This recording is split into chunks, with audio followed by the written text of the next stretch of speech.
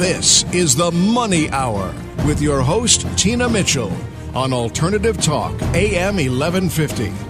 Now, back to the show with local mortgage and finance expert, Tina Mitchell. Well, welcome back to the Money Hour with your host and mortgage expert, Tina Mitchell, right here on 1150 AM, KKNW, the Saturday, December 19th show. It's a great day to talk about money. That's why I'm here with you and what the show is all about, how to make money, save money, and build a better quality of life for you and your family.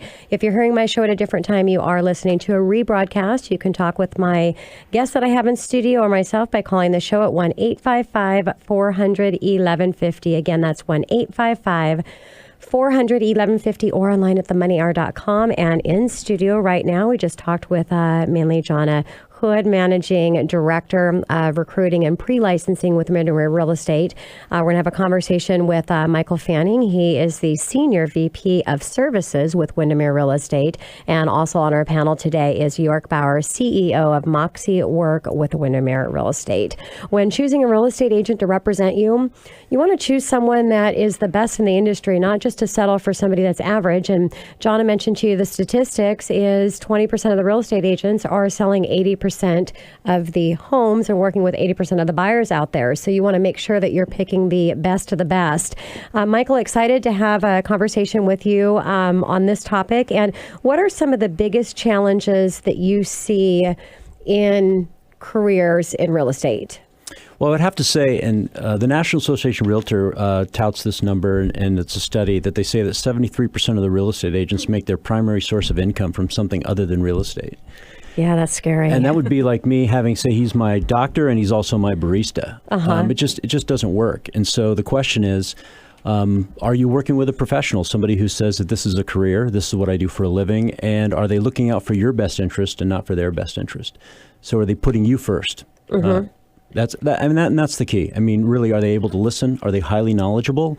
And do they have a professional system and a process to take you through this biggest transaction you're going to have in your life? And what about some of the benefits? The benefits of working with a professional agent? Yes. Well, I would say one is that they are your customer or you're their customer for life. And what I mean by that is, are they having consistent communication with you in understanding this purchase you just made? This is typically, in most people's cases, one of their biggest financial investments in their portfolio. And it's amazing to me how many agents simply, after they close a transaction, don't follow up with a customer. We tout property reviews. You know, a good real estate agent every 6 months to a year is going to be meeting with you to give you a property review on the value of your home. They're going to have resources and services for when you have needs for your home in terms of repairs, all of that type of stuff. You know, they're really a single-stop real estate resource. And what we find, and what's really interesting, stats will say that on the seller side, you know, when they surveyed sellers after they closed a transaction, almost 84% said they'd use the agent again, when in reality only 25% did. Really? That is a surprising statistic. And on the buyer side, 88% said they'd use their agent again, and only 12 actually did. Yeah. And so what we're finding is the agents are really closing transactions, transactional minded, and not staying in contact with their customers in any way, shape, or form. So what other things, Michael, should a consumer, if they're thinking of purchasing a home or selling a home, look for in the qualities of the agent that they're choosing to work with? I think the first thing I would look at is if we look at any other professional service providers that we have, so I can use example my financial planner or going to my doctor, they're very structured in their systems and their processes. Yes. And so when you call them up on the phone, there's a system they take you through, there's a questionnaire they go through with you, and they really listen. And they listen for not just your whats, but your whys. Why are you wanting to do this? What's the most beneficial for you? And so that's number one. Number two is, how knowledgeable are they? If you vet them out online and you go to their websites, does it appear that they have a really good understanding of the marketplace? Yes. Because real estate's very macro. You know, I always use an example whenever you're at a cocktail party and you run into real estate, you say, what's the market like? They say, oh, it's great.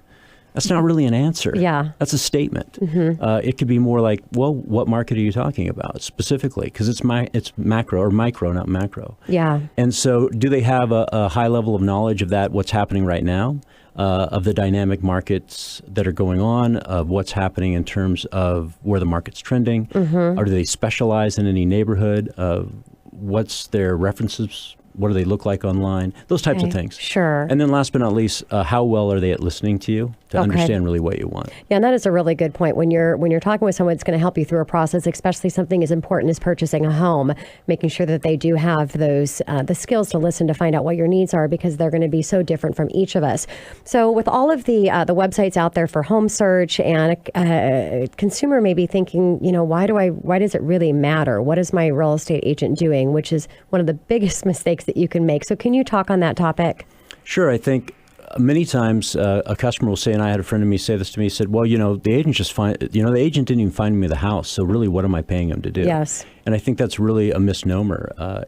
Agents aren't there to find you a house. And York will talk about this too. I mean, you can go online today and anybody can go find homes and search for homes. And that's just the first base, right? That's just getting the home. And then you've got to have somebody who negotiates on your behalf. Yeah. And so this is money talk. We're talking about people who are helping to increase their investments or save money or make money.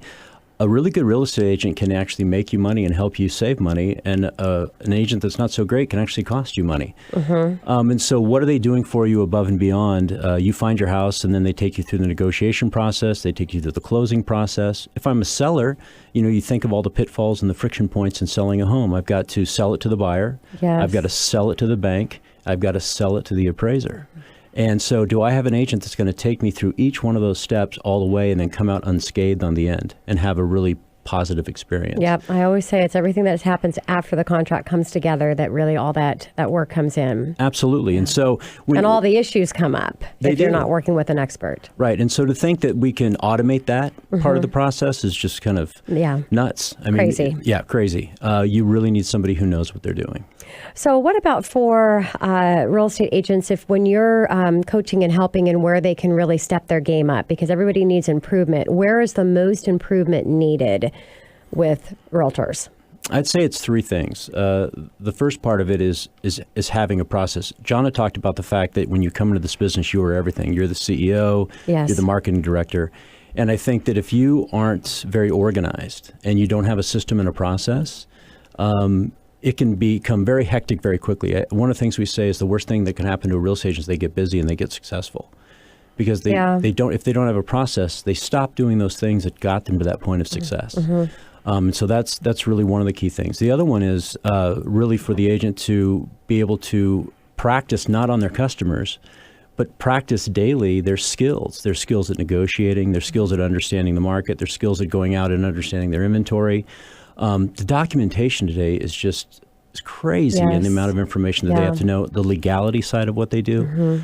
So a process, being a master at their skill set and being able to do that. And the other one is just being able to have work-life balance. Yes.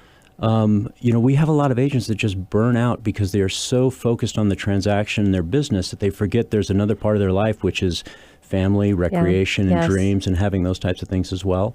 And so I think that those are really critical pieces. Those three things we want to make sure that the agents are doing on a consistent basis. And like Jonna said earlier in the last segment, really a company, it's a huge part of it to make sure that you're surrounded around the right people, the right training, and the right processes to help you be successful in the industry. Let's talk a little bit, Michael, about technology. And we're going to talk a lot more about technology when we talk with York.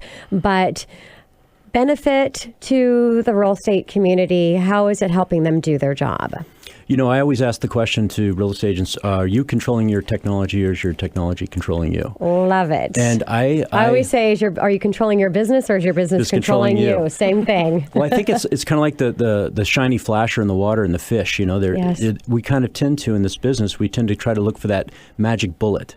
And I think that one of the things York's going to talk about is, as opposed to having multiple different technology platforms, is there one that you can really sink your teeth into that's going to take you from point A to point B, kind of soup to nuts, and have a CRM platform, have a comparative market analysis platform, have the ability for your marketing, and all of that stuff tied into one place. Because so many times we find agents, they get confused or they kind of get off track because they're trying to balance 3 or 4 different technology pieces as opposed to just having one solid technology piece. And I think that's critical. And I think if you can get your hands around having really good technology and having a system in place and being consistent with it, then it's going to help you be productive. But if you're trying to do a bunch of different things and you don't have a system, the busier you get, the more hectic it becomes. And then what happens is they just kind of walk away from it or abandon it. Yes. So let's talk with all of you on your advice. I've got somebody listening right now, and they're looking at purchasing a home because it's a crazy market out there. We're not seeing any more inventory, not a lot anyways, to really help with the demand. So what should they be looking for or doing when they're looking for that best agent, that 20%? Well, one of the things is millennials do this. They crowdsource. So ask around, get referrals. Yes. Referrals are huge. If somebody's willing to refer a real estate agent, it's because they know that agent's going to make them look good. Yes. Right. So ask around. What has been your experience with the agent? Who have you worked with in the past that just was phenomenal service? That's one way. The other way is to go look at websites. Go Google them. Go look them up and see how are they representing themselves. What can you find out about them? And then the other one is to make sure that you're looking at a reputable company. Yes. And what about a question? Questions that they should ask.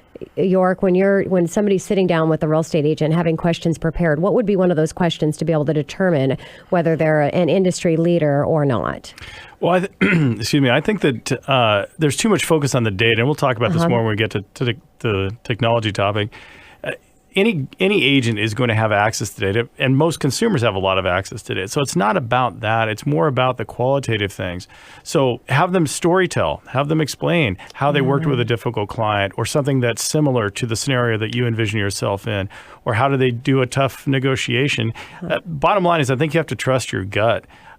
This person, as Jonna was mentioning earlier, these people are coaches more than anything. Yes. And so if you find someone that it looks great on paper but just doesn't feel right to you, it's just not going to work for you through the process. Yeah. What about numbers and providing like stats and things as far as what they're doing in multiple offer scenarios? Is that something that's helpful for a consumer to be able to ask their agent? Sure, but what we've seen is that good agents are oftentimes able to win for their client in ways that don't really have anything to do with the data. It's about relationship building, even with the seller's agent and the seller themselves in some cases, that allows their client then to be the one that gets chosen in a multiple offer scenario. So it's not always about the data. Yeah, and that's a good point. I've talked a lot too about in the industry, and really whether you're at Windermere, you're at John L. Scott or Remax or Keller Williams, that getting to know your peers in all the different companies and really getting known as having a great reputation, because there is always an agent on the other side of that transaction.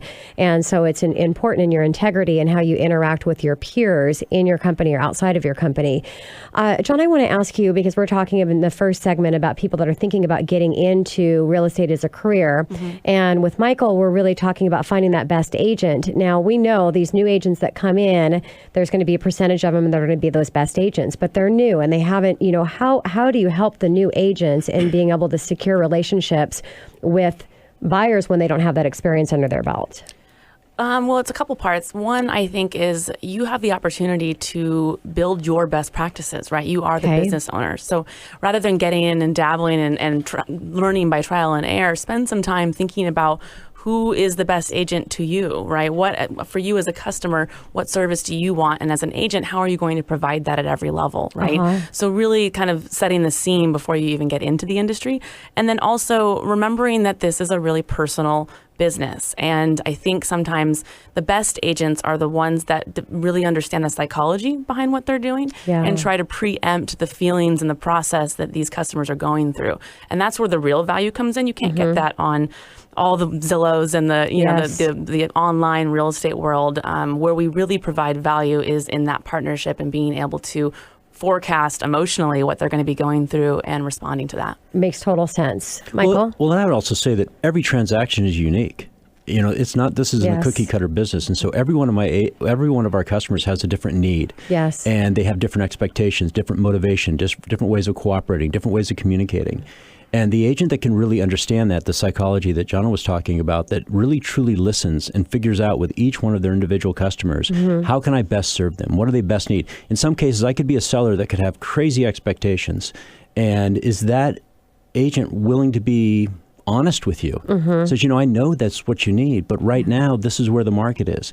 And so what do we need to do to move forward? As opposed to saying, okay, let's try that and see what happens. Because are you tied to the transaction and the outcome of the transaction, or are you tied to the outcome of having a satisfied customer, depending, no matter what the outcome is, that they walk away saying, you took care of my best interest? Yeah, and I that is so important, Michael. To say that you want to work with an agent that is strong and really is going to communicate exactly what has to happen. You don't want to make things warm and fuzzy and not be upfront with what needs to happen in order to make it successful. Absolutely. Yeah.